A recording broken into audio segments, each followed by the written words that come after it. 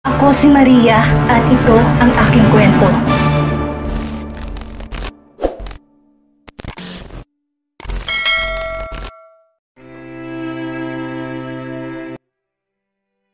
Ana POV. Kung noon ay ayaw na ayaw ko sa amoy ng asawa ko, ay kabaliktaran naman ngayon dahil gustong gusto ko ang amoy niya. Kaya naman lagi na lang kaming may sexy time dahil siya ang pinaglihihan ko. Sana lang talaga ay hindi niya kamukhang nag-isa pa naming anak. Love, malakas talagang pakiramdam ko na babae na itong anak natin, sabi niya sa akin. Paano mo nasabi? Tanong ko sa kanya. Dahil ibang-iba kang magbuntis ngayon. Dati ay ayaw na ayaw mo sa akin, pero ngayon naman ay gustong gusto mo na ako. Hindi ka na naiinis sa akin. Gusto mo na palagi na lang nakayakap sa akin. Lagi mo na rin akong kinakalabit, sabi niya sa akin. Naging mahilig ba ako? Nakangisi na tanong ko sa kanya. Sobra, gusto mo na lang lagi. Bakit? Pabor naman sa'yo ah, naiinis na sabi ko sa kanya. Opo, sobrang pabor po. Kaya nga sinasabi ko na babae na talaga sigurong magiging anak natin.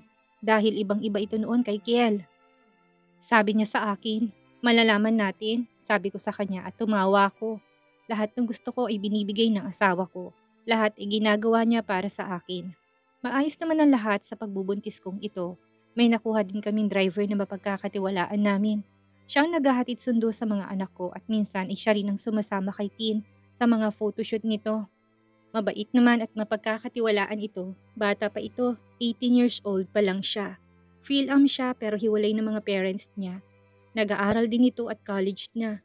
Sa hapon pa naman ang pasok niya, kaya sa umaga at tanghali ay siya nang bahala sa mga anak ko. Mabait naman ito at tahimik lang. Dito na rin siya sa amin nakatira dahil malayo pa kung uuwi siya sa kanila. Wala naman ako masabi dahil tumutulong siya sa amin dito. Para na nga siyang nakababatang kapatid ng asawa ko. Nakakatuwa lang dahil magkasundo sila ng mga anak ko.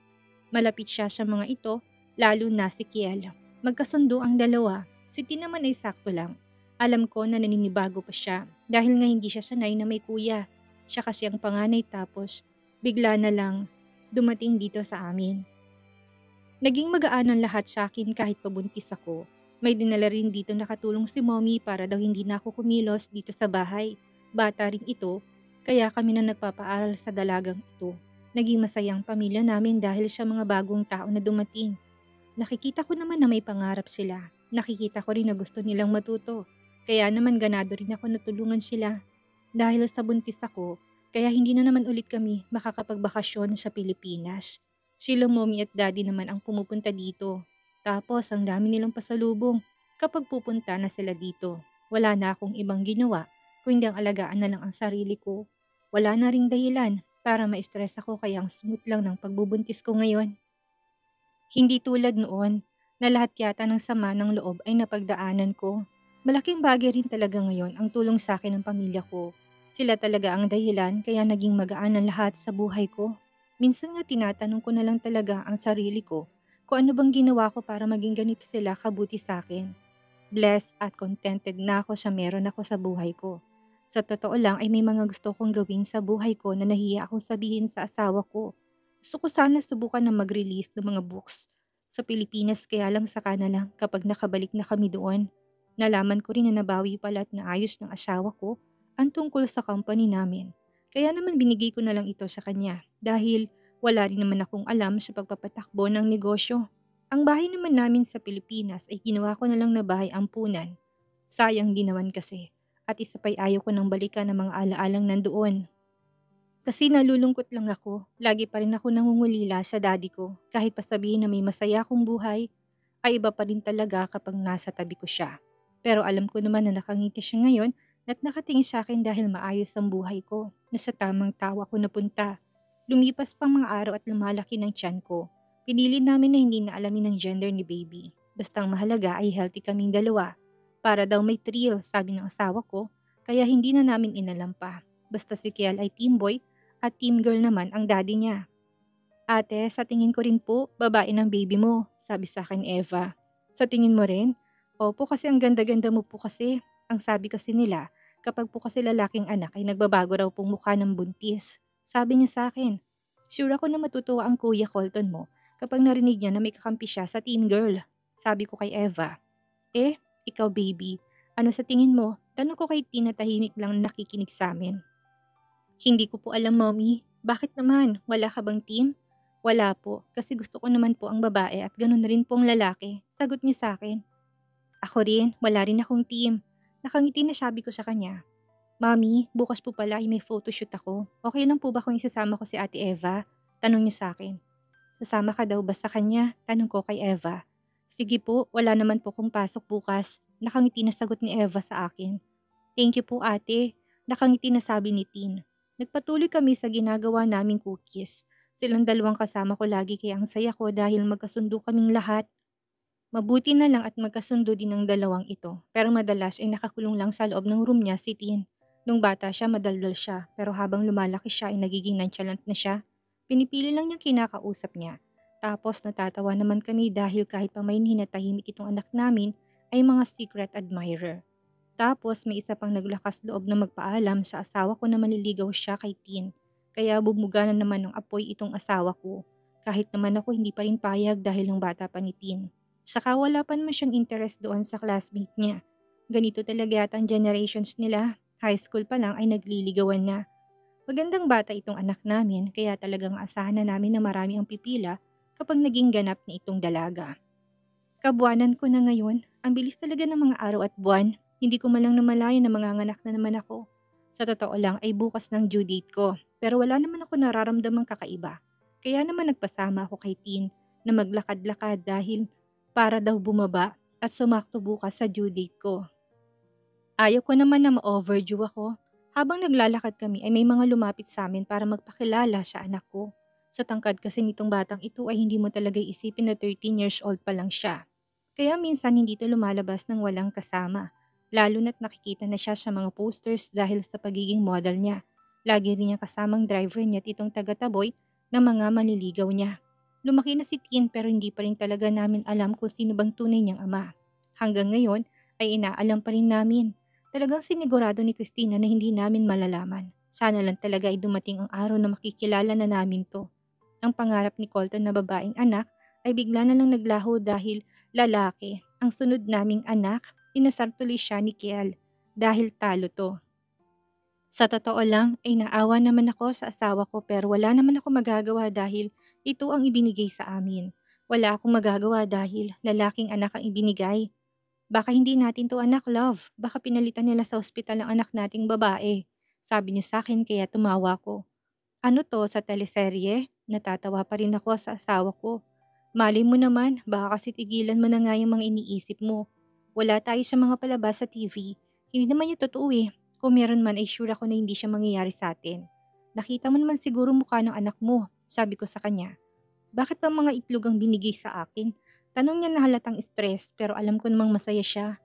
Proud nga ako sa kanya dahil hindi siya hinimatay kahit pa namumutla na siya. Alam ko na kinakabahan na naman siya. Alam ko na natatakot na naman yon kanina. Pero talagang kinaya niya. Nanganak ako sa mismong araw ng due date ko. Sa totoo lang ay kabado na ako kanina dahil wala pa rin kasi talagang signs na manganganak na ako. Nalaman na naman namin dahil pumutok na naman ang panubigan ko. May guardian angel talaga ako nagbabantay sa akin.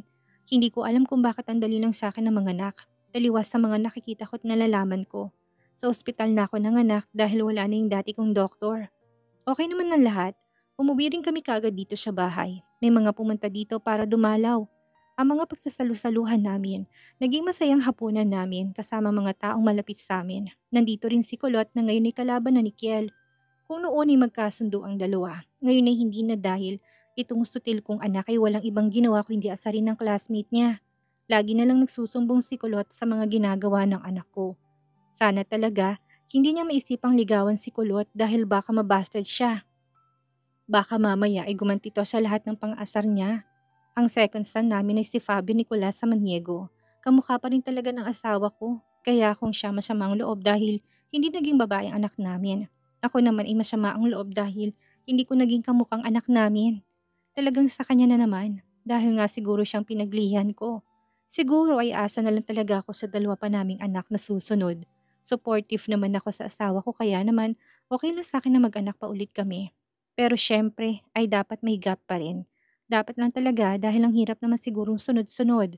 Pero mas okay na yata kung every 3 years na dahil tumatanda na palang asawa ko. Mas okay pala na gano'n na lang siguro.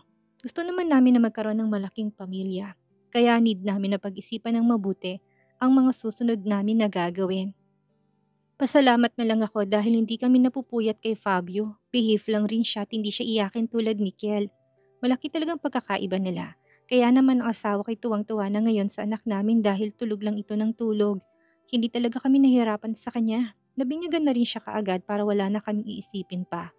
Walang pasok ang dalawa kong anak kaya naman nagbakasyon kami dito sa Pilipinas. Ang una kong ginawa ay dinalaw kong daddy ko sa sementeryo. Si T naman ay sumama sa akin at kasama ko siya. Pero ayaw niyang puntahan ang libingan ni Christina. Hanggang ngayon, hindi pa rin talaga siya handa. Hinayaan na lang namin dahil ayaw talaga namin siyang pilitin. Pero alam din naman namin na hindi na siya galit sa babaeng yun. Alam namin na malaki ang pag-unawa ng batang ito sa tunay niyang ina pero hindi pa talaga siya ready na puntahan ito. Dahil ang pagpapatawad naman ay kailangan talaga ng time. Hindi dapat minamadali.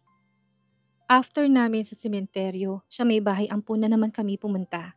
Naiwan lang sa bahay ang tatlo dahil nga maliit pa ang baby Fabio namin. Ayaw ko naman na lagi siyang expose sa labas dahil nga sa polusyon dito sa Manila. Saka ko na lang siya isasama sa ampunan. Nag-order ako ng mga pagkain para sa kanila. Nang makarating na ako sa dati kong bahay ay natuwa ako dahil ang linis ng buong paligid. Pinaganda nilang bahay namin. Nagtanim sila ng mga bulaklak. Ibang-iba na ito ngayon. Pinalatan na rin nilang mga kulay ng bahay kaya mas buhay na ito. Pagpasok ay nandito pa rin ang larawan namin ng daddy ko. Hindi nila ito inalis, nakakatuwa ang mga bata dito. Talagang mababait silang lahat. Sana pala sinama ko si Kiel para nakipaglaro siya sa mga to. Maraming salamat po sa mga tulong niyo sa mga bata dito. Sabi sa akin na mamahala dito. Masaya po ako na makita na okay sila. Kapag po may kailangan po kayo o may mga kulang po dito, sabihin niyo lang po sa akin.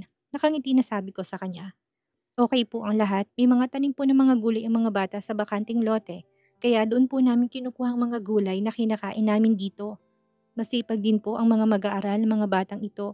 Kaya po nakakatuwa na hindi nila sinasayang lahat ng tulong nyo. At bilang pagtanaw ng utang na loob ay alagaan namin ang bahay na to. Sabi nila sa akin, salamat po, maraming salamat. Pero nagulat kami dahil may mga nanggulo sa labas. Lumabas ako para alamin kung sino mga to. Anong ginagawa niyo sa bahay ko? Bakit may mga madungis na bata dito? Narinig ko na sigaw ng kilala kong boses.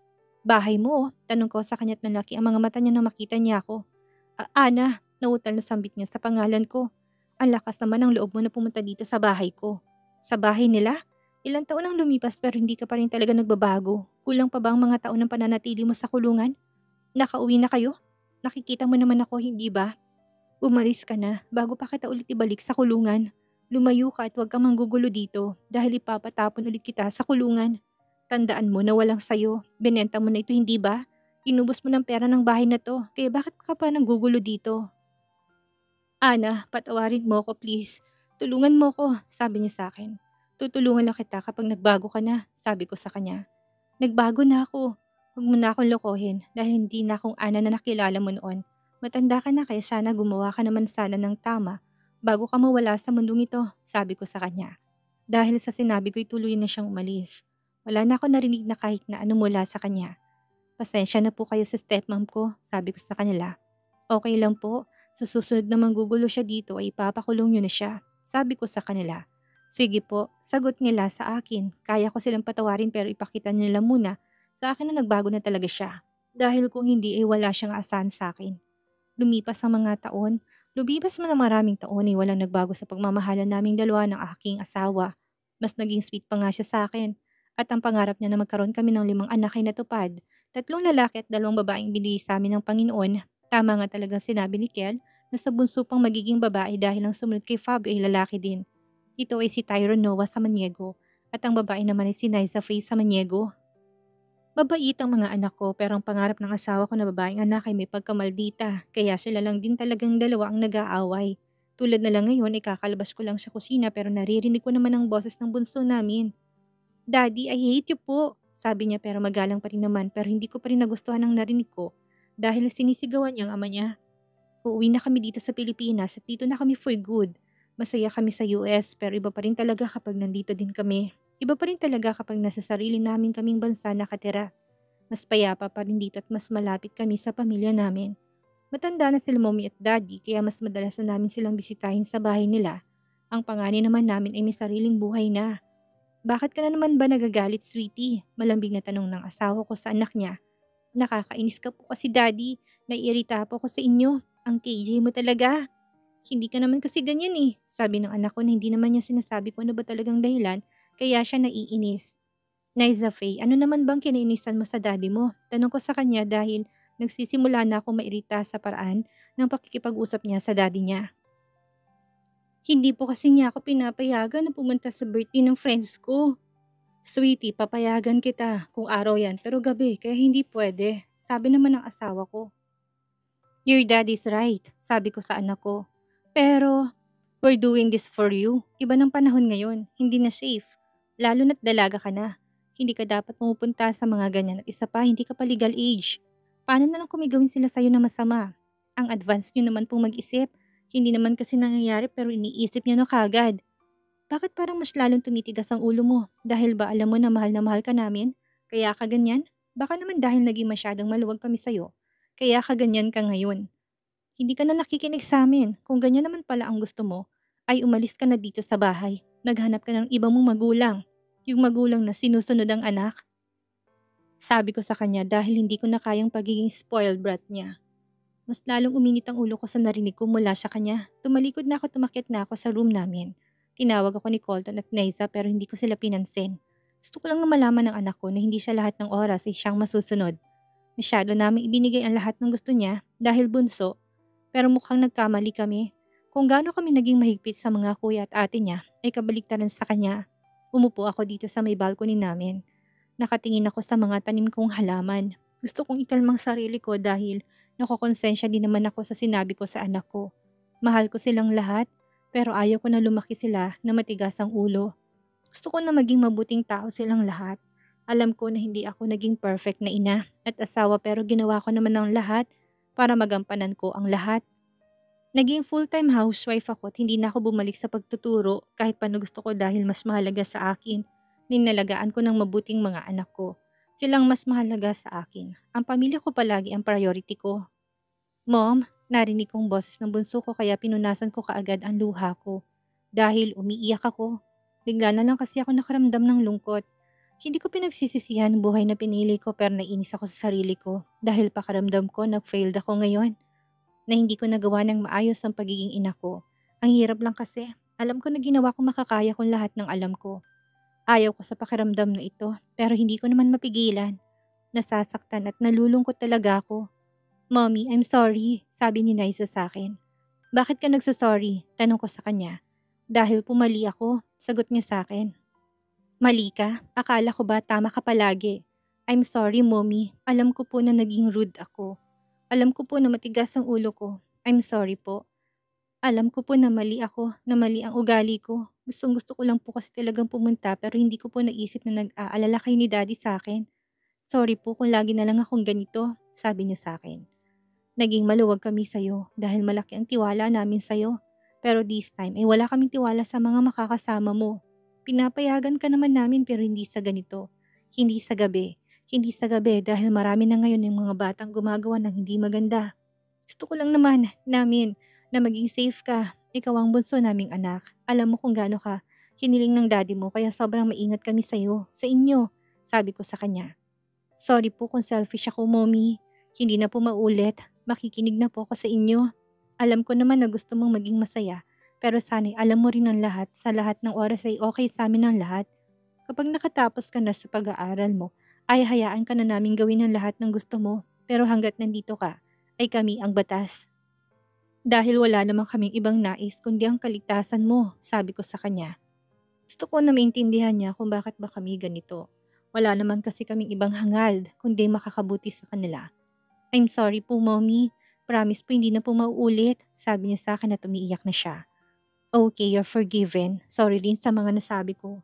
Galit si Mommy dahil nawawalan ka na ng galang sa amin ng daddy mo. Alam natin na daddy's girl ka, pero wag mo naman sanang sigawan ng daddy mo na parang hindi mo siya daddy.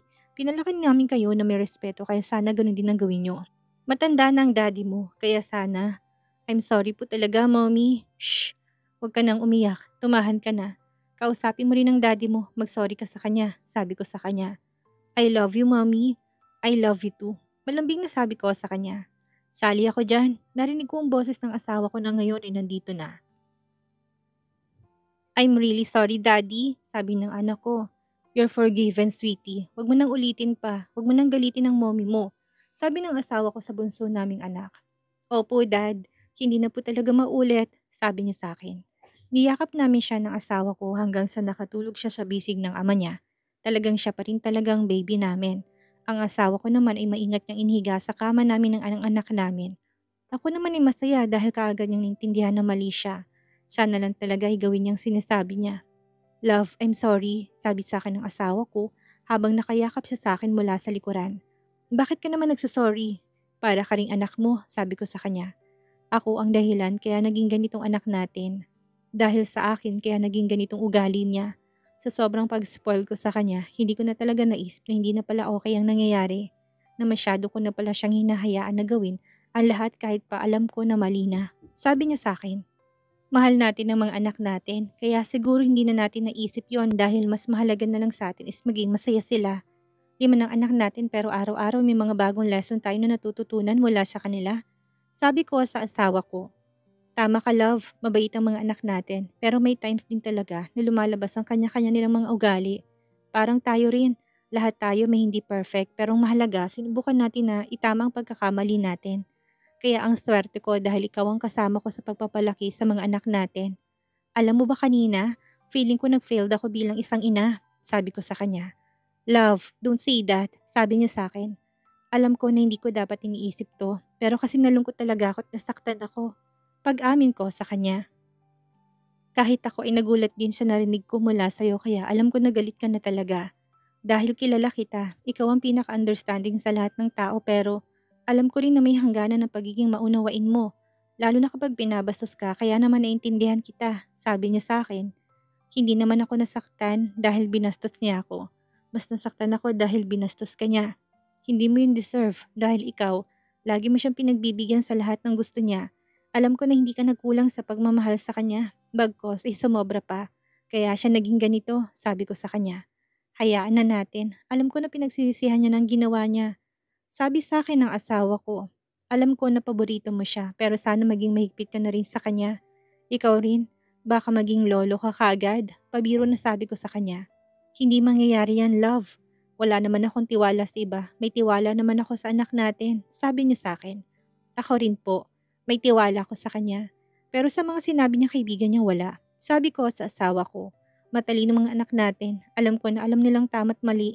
Sabi niya pa sa akin. Humarap ako sa asawa ko at ngumiti ako sa kanya hanggang sa hinalikan niyang labi ko. Mula noon hanggang ngayon, hindi pa rin nagbabagong lasa ng halik niya. Lasang pagmamahal pa rin. Masaya ako na ako pa rin nakasama niya ngayon. Tinupad namin ang pangako namin nung ikinasal kami. Na magsasama kami hanggang sa huling segundo ng buhay namin. Nang maghiwalay, ang mga labi namin ay nagulat kami dahil bigla na lang bumukas ang pintuan ng room namin at dumating ang 4 naming anak. Mom, are you okay? Sabay-sabay pa nila natanong sa akin na halatang nag-alala sila sa akin. Bakit bigla kayong umuwi? Tanong ko sa kanila dahil nagulat ako.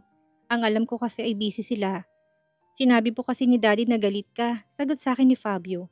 Kanina lang yun, hindi na ngayon. Nasaan na ba si Brat? Sleeping Beauty na? Sagot ng panganay namin na si Tina nandito rin ngayon. Pasaway talagang babaita na yan, sabi ni Fabio. Hayaan nyo na siya. Nag-usap na kami at hindi niya nauulitin pa, sabi ko sa kanila. Bunso kasi kaya ganyan, sabi ni Kiel. Mas makulit ka nga noon, pasaway ka rin naman. Pabiro na sabi ko sa kanya. Pero never naman po kitang binastos, mommy. Kung alam ko lang na sa ganitong paraan pala tayo mabubuo ay dapat pala magalit na lang ako palagi. Sabi ko sa kanila at ninaan ko na lang sa biro para hindi na sila mag-alala pa sa akin. Mommy, wag naman po. Baka naman magkasakit ka kapag ginawa mo yon. Hindi rin po maganda sa puso ang laging galit. Dapat lagi kang happy. Para lagi tayong masaya, nakangiti na sabi ni Tyron. Masaya ako na kompleto tayo ngayon. Magluluto ako ng paborito ninyo, kaya huwag kayong aalis, sabi ko sa kanila. Hindi po kami aalis, mommy. Nandito lang po kami lagi kapag kailangan nyo kami, sabi ni Tin. Mahal na mahal ko kayo mga anak ko, malambing na sabi ko sa kanila. Family hug. Nagulat kami dahil sa sigaw ni Naiza na ngayon ay gising na. Pasaway ka talaga, Brat. Oo nga, huwag mo nang gagawin yon. Huwag mo nang gagalitin si mommy. Opo, sorry po. Sabi ng bunso kong anak. We love you, ma'am and dad. Malambing na sabi ng mga anak ko sa amin. Mahal na mahal din namin kayong mga anak namin. Sabi naming dalawa ng asawa ko at nagyakpan na kaming lahat. Masaya ako na may pamilya akong ganito. Ngayon ay bumabalik ang lahat sa akin. Bigla ko na lang tinanong ang sarili ko. Paano kaya ako kung hindi ko tinanggap ang alok sa akin noon ng asawa ko? Ano kaya ako ngayon kung hindi si Colton ang naging asawa ko?